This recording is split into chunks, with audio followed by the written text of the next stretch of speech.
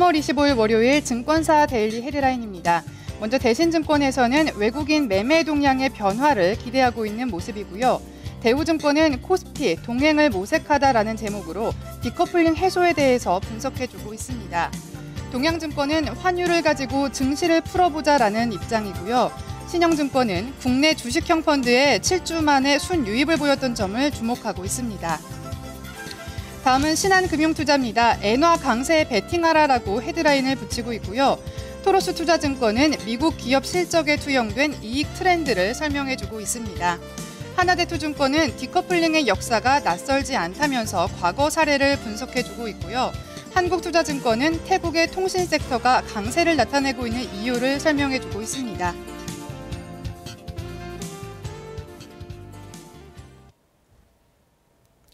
네, 증권사 데일리 헤드라인 살펴봤습니다. 최근 조정을 보이고 있는 것은 국내 증시만의 문제는 아닌데요. 상대적으로 이머징 증시에서도 약세를 보여왔습니다. 하지만 점차 디커플링 해소에 대해서 기대감을 가질 수 있는 시점이라는 분석인데요. 리포트별로 어떤 전망 나오고 있는지 살펴보겠습니다. 먼저 대우증권의 리포트입니다. 코스피가 동행을 모색하다라는 제목으로 붙이고 있는데요. 최근 국내 증시가 다시 한번 이 디커플링 우려를 낳았지만 경기와 유동성 여건에서 이 디커플링 해소에 대한 기대감이 높아지고 있다는 입장입니다. 먼저 이 다우지수가 사상 최고가를 경신하는 등 이 미국 증시가 꾸준히 상승세를 보여줬는데요. 이에 반해서 한국과 이머징 증시는 상대적으로 부진함을 지속해 왔습니다.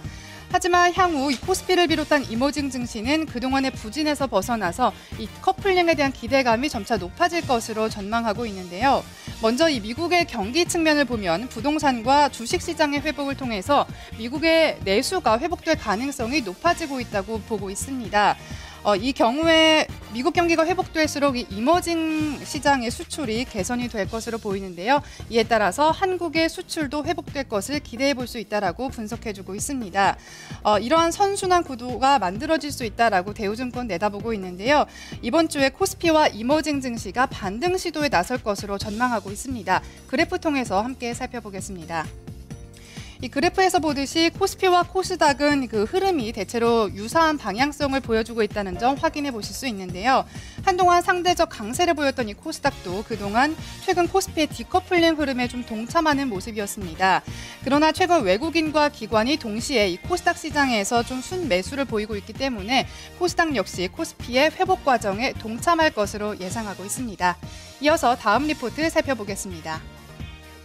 우리투자증권의 리포트입니다. 1분기 어닝 시즌을 앞두고 종목을 선택해야 된다라는 관점인데요. 이번 주에는 실적에 대한 업종 그리고 종목별로 주가 민감도가 높아질 수 있다는 점 염두에 두고 또 시장에 대응해야 한다고 판단해주고 있습니다. 최근 코스피 시장의 1분기 영업이익 전망이 계속해서 하향 조정세를 이어왔습니다. 하지만 이 3월 중반 이후로는 좀 반등세를 나타내면서 이익 모멘텀 턴어라운드가 좀 가시화되고 있다고 분석해주고 있는데요. 따라서 이에 대한 1차적인 관심 종목군을 뽑아줬습니다. 먼저 반도체와 자동차 그리고 자동차 부품주 짚어줬고요. 미디어와 중국인 인바운드에 있는 카지노 그리고 여행업 등을 뽑아줬습니다. 특히 이 반도체와 자동차 등 이 수출주의 이익 모멘텀이 좀 강세를 보였던 그 원인으로는 원달러 환율이 상승 반전했다는 점 그리고 전방 산업의 펀더멘털이 개선되고 있다는 점을 짚어줬는데요. 특히 자동차 부품의 경우도 미국 시장에서 안정적인 점유율이 유지되고 있는 가운데 또 중국 시장에서도 양호한 성장세가 지속되고 있다는 점을 좀 포인트로 짚어줬습니다. 이와 함께 미디어 관련 종목군의 경우에는 최근 종편 확대에 따른 방송 콘텐츠의 수요가 증가했고요. 또 지적 재산권이 강화되는 등 이 미디어 산업을 둘러싼 외부 환경이 우호적으로 변화하고 있다는 점 포인트로 짚어주고 있는데요. 이와 더불어서 중국인 인바운드에 있는 카지노와 여행주의 경우에도 중장기적인 관점에서 대응 전략이 필요할 것이다라고 내다보고 있습니다. 다음 리포트 살펴보겠습니다. 신한금융투자의 리포트입니다. 엔화 강세에 베팅하라라고 좀 강조해주고 있는데요. 엔화가 강세로 돌아서면서 또 달러와의 약세까지 함께 전망을 해주고 있는 모습입니다. 이 3월 이후로 뉴욕 증시와의 디커플링이 나타났던 가장 큰 원인으로는 원화 가치 하락에 따른 외국인 인덱스 자금 이탈이다라고 좀 짚어주고 있는데요. 3월 중순 이후 원달러 환율은 1,090원에서 1,100원 선에서 좀 형성됐던 그 저항력을 극복하면서 탄력적으로 상승세를 보여줬습니다. 원화 가치 하락과 맞물리면서 3월 초까지 관망세를 보였던 외국인의 비차익 거래가 좀 매도세로 전환하는 모습이었는데요. 신한금융투자는 엔화 강세와 달러화 약세를 함께 예상하고 있습니다.